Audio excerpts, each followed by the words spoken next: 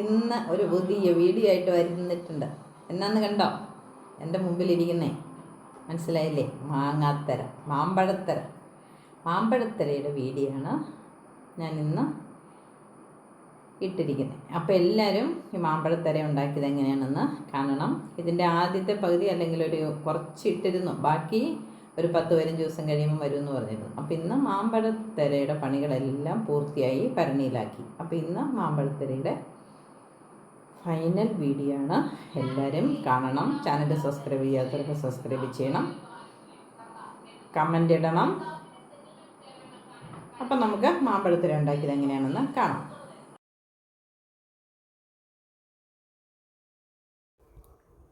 മിക്സിയുടെ വലിയ ജാറിന് ഒരു ജാർ നിറച്ച് മാമ്പഴം തൊലി ചെത്തി അരിഞ്ഞെടുത്തിട്ടുണ്ട്. ഈ മാമ്പഴം കുളമ്പിൻ്റെ മാമ്പഴമാണ് കേട്ടോ. അരച്ചെടുത്ത പൾപ്പ് നമുക്കിതിനകത്തോട്ട് ഒഴിക്കാം.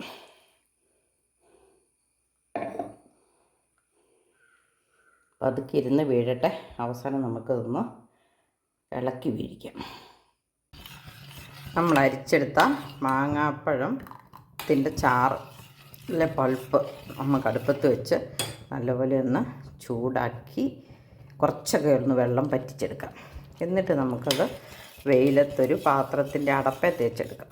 അപ്പം നമുക്ക് പാളയോ അല്ലെ പായോ ഒന്നുമില്ല, മുറോ ഇല്ല. പിന്നെ ഒരു അലുമിനിയം പാത്രത്തിൻ്റെ ഒരു വലിയ അടപ്പയിൽ നമുക്ക് ഇത് തേച്ച് വെയിലത്ത് വെച്ച് ഉണക്കിയെടുക്കാം.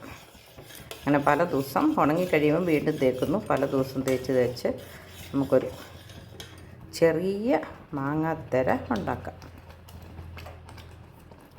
തിളച്ച് വന്നിട്ടുണ്ട്. നമുക്കത് കുറച്ച് വെച്ച് കുറച്ച് നേരം കൂടെ ഒന്ന് ഇളക്കാം. ഇതാണ് ഞാൻ എടുത്തിരിക്കുന്ന ഒരടപ്പ്. സാമാന്യം ഒരു വലിയ അടപ്പാണ്. ഇതിലേക്ക് നമുക്ക് കുറച്ച് ഒഴിക്കാം. മുഴുവൻ ഒഴിച്ചാൽ ശരിയാകുമെന്നറിയത്തില്ല.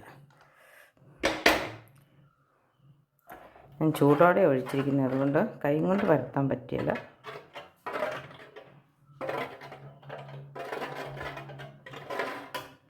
കുറച്ചും കൂടെ ഒഴിക്കാം അല്ലേ.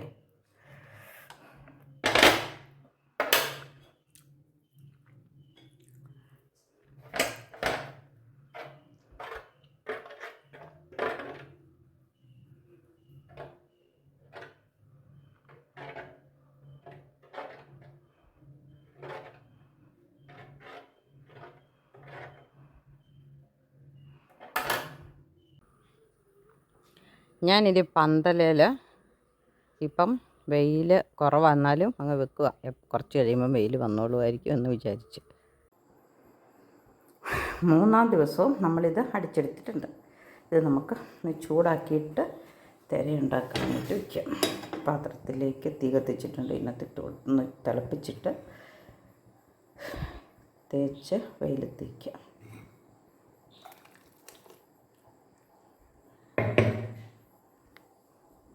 ഇന്ന് നാടൻ മാങ്ങയില്ല, അതുകൊണ്ട് അരിക്കുന്നില്ല. ഇതാണ് ഇന്നലെ ഉണ്ടാക്കി 2 ദിവസം തേച്ചിട്ട് ഉണക്കി കൊണ്ട് വെച്ചിരിക്കുന്നുണ്ടോ. കണ്ടോ,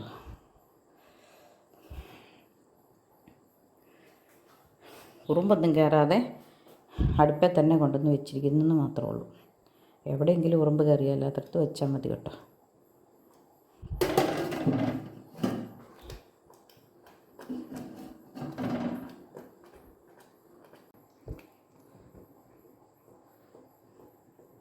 എല്ലാ ദിവസവും ഇതേപോലെ നമുക്കൊരു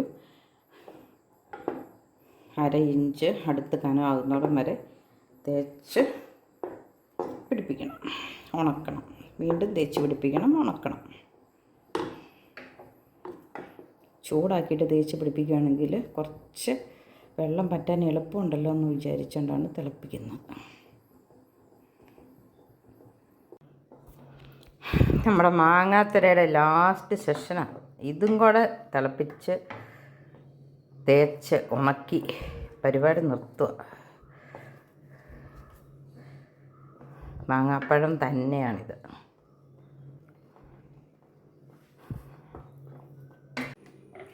4-ാം ദിവസത്തെ പൾപ്പ് നമ്മൾ ചൂടാക്കിയെടുത്ത് തേക്കും കേട്ടോ. ഇതാണ് നമ്മുടെ മാമ്പഴത്തര. കണ്ടോ, കുറച്ച് കനം വെച്ചു ഇന്നലത്തേനേക്കാൾ. ഇന്നിപ്പോൾ പാത്രത്തിൻ്റെ നിറമൊന്നും കാണാനില്ല, ഒരു തിളക്കവും മഞ്ഞ നിറമൊക്കെ ആയിട്ടുണ്ട്. ഉണങ്ങിക്കഴിയുമ്പോൾ പിന്നെ നിറം മാറും കേട്ടോ. ഇപ്പോൾ രാവിലെ തേച്ചതേ ഉള്ളൂ, അതുകൊണ്ടാണ് ഈ കളറിൽ. നമ്മുടെ മാമ്പഴത്തര ഇന്നിപ്പോൾ ഒരു 10-15 ദിവസം ആയിട്ടുണ്ട്. ഇനി നമുക്ക് ഇന്നൊരല്പം കഞ്ഞി വയ്ക്കുന്ന കൂട്ട് അരി വറുത്ത് പൊടിച്ച് ഇന്നത്തെ മാമ്പഴത്തിൻ്റെ കൂടെ ചാറിൻ്റെ കൂടെ ചേർത്ത് പുരട്ടാം. ഞാനിവിടെ ഒരു ചീനച്ചട്ടി നല്ല കട്ടിയുള്ളത് അടുപ്പത്ത് വെച്ചിട്ടുണ്ട്. ഇനി കുറച്ച് അരി കഴുകി വെള്ളം മാലാൻ വെച്ചിട്ടുണ്ട്. അപ്പം നമുക്ക് ഈ അരി ഇട്ട് വറുത്തെടുക്കാം.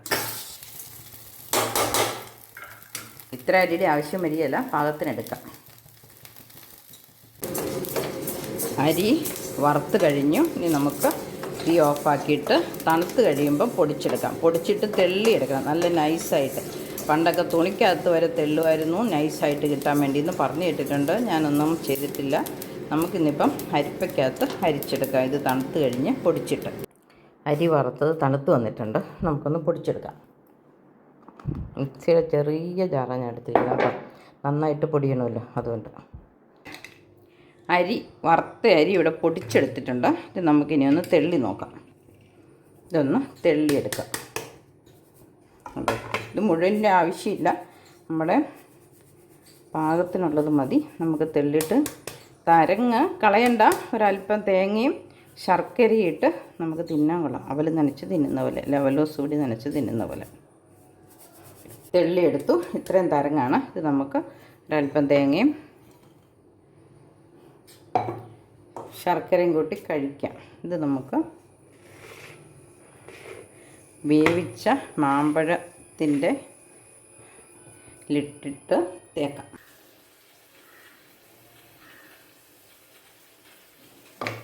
ഇതിൻ്റെ അകത്ത് ചുക്ക് ചേർക്കുന്നവരുണ്ടെന്ന് എനിക്ക് തോന്നുന്നത്. ചുക്ക് ചേർക്കുന്നവരുണ്ടെന്ന് എനിക്ക് തോന്നുന്നത്. നമുക്കെല്ലാം ചുക്കൊന്നും ചേർക്കണ്ട, മാങ്ങാപ്പഴം മാത്രം മതി. ഇതൊക്കെ പരമ്പരാഗതമായിട്ട് ഉണ്ടാക്കുന്നതായതുകൊണ്ട് ഇതിനൊന്നും അങ്ങനെ എഴുതിയ നിയമമൊന്നും കാണിയല്ല. ഓരോരുത്തരും അവനവന് ഇഷ്ടമുള്ള ടേസ്റ്റ് വരാൻ വേണ്ടി ഏലക്കായോ ജീരകമോ ചുക്കോ ഒക്കെ ചേർക്കുന്നവരുണ്ടായിരിക്കും.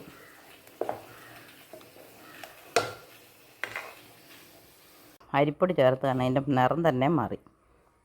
നമുക്കിത് ഇതിലേക്ക് തേച്ച് പിടിപ്പിക്കാം. എത്ര ഇളക്കിയിട്ടും അതങ്ങോട്ട് യോജിച്ച് വരുന്നില്ലായിരുന്നു. അപ്പോൾ കൈയിട്ട് ഇളക്കാൻ കഴിയില്ലാത്തതുകൊണ്ട് ഞാനത് മിക്സിയുടെ ജാറിലിട്ടൊന്ന് അടിച്ചെടുത്തു. അതിൻ്റെ പകുതിയെ തേക്കേണ്ടി വന്നുള്ളൂ. ഈ പകുതി നമുക്ക് ഫ്രിഡ്ജിൽ വെച്ചിട്ട് നാളെ മറുവശത്ത് തേക്കാം. ഈ വശം ഇത് ഉണങ്ങിക്കഴിഞ്ഞാൽ ഈ വശത്തെ മാങ്ങാത്തരയുടെ പണി തീർന്നു കേട്ടോ. ഇതിപ്പം മാങ്ങ അരിപ്പൊടി ചേർത്ത് മാമ്പഴം തേച്ച് ഉണങ്ങി. ഇന്ന് ഒരു അല്പം മാമ്പഴം തന്നെ തേച്ചു. ഇതും കൂടെ ഉണങ്ങിക്കഴിയുമ്പം ഈ വശത്തെ ഇനി നമുക്ക് മറിച്ചിട്ടും മറുവശത്തും കൂടെ ഇതുപോലെ അരിപ്പൊടിയും ചേർത്ത മാങ്ങാപ്പഴവും അരിപ്പൊടി ചേർക്കാത്ത മാങ്ങാപ്പഴവും കൂടെ ചേർത്ത് ഉണക്കിയെടുക്കുമ്പോഴത്തേനും പാകത്തിന് കനമാകും. മാങ്ങാത്തരയുടെ പണിയും തീരും. കണ്ടോ, മാങ്ങാപ്പഴം തര നമ്മൾ ആ പാത്രത്തിൽ നിന്ന് അടപ്പയിൽ നിന്ന് പൊളിച്ചെടുത്തു കേട്ടോ. പൊളിച്ചെടുക്കുന്ന വീഡിയോ എടുക്കാൻ മറന്നുപോയി. ഉണ്ടോ, ഇങ്ങോട്ട് മറിച്ചിട്ടിട്ട് ഈ വശത്ത് ഇന്ന്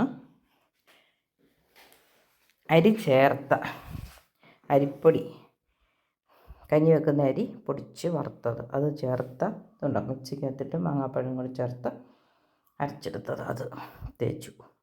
ഇനി നമുക്ക് 1-2 പ്രാവശ്യം മാങ്ങാപ്പഴം തന്നെയും കൂടെ തേച്ച് ഉണക്കി എടുക്കാം.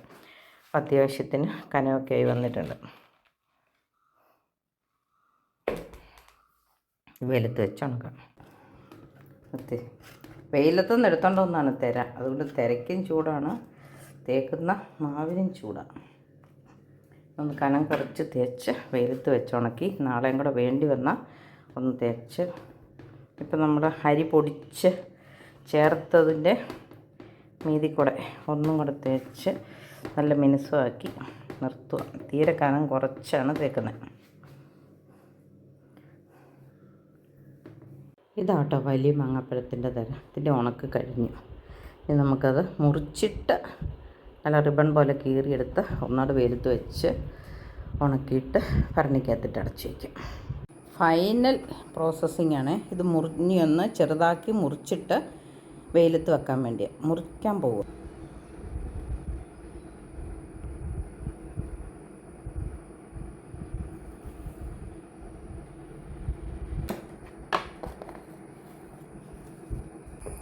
തിരയെല്ലാം അരിഞ്ഞ് എടുത്തു.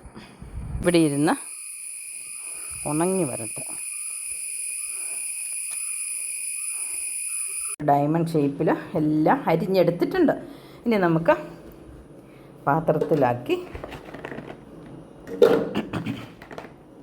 അടച്ച് കാറ്റ് കയറാതെ സൂക്ഷിക്കും.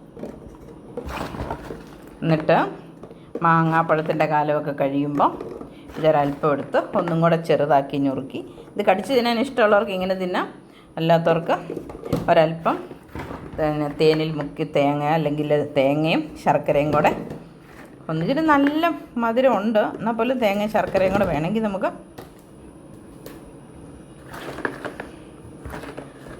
നനച്ചിട്ട് അതിനകത്തേക്ക് ഇതും കൂടെ അവൽ നനയ്ക്കുന്ന പോലെ ഇതും കൂടെ അരിഞ്ഞിട്ടിട്ട് തിന്നാം. 3 പാത്രത്തിലാക്കി മാങ്ങാത്തര ഇത് അടച്ചു വെച്ചാൽ മതി. ഈ പാത്രം ചെറുതായതുകൊണ്ടും അതിനകത്ത് ചെറുതാക്കി അരിഞ്ഞിട്ട് മാമ്പഴത്തര ഉണക്കെല്ലാം കഴിഞ്ഞ് മുറിച്ച് ഭരണിയിലാക്കി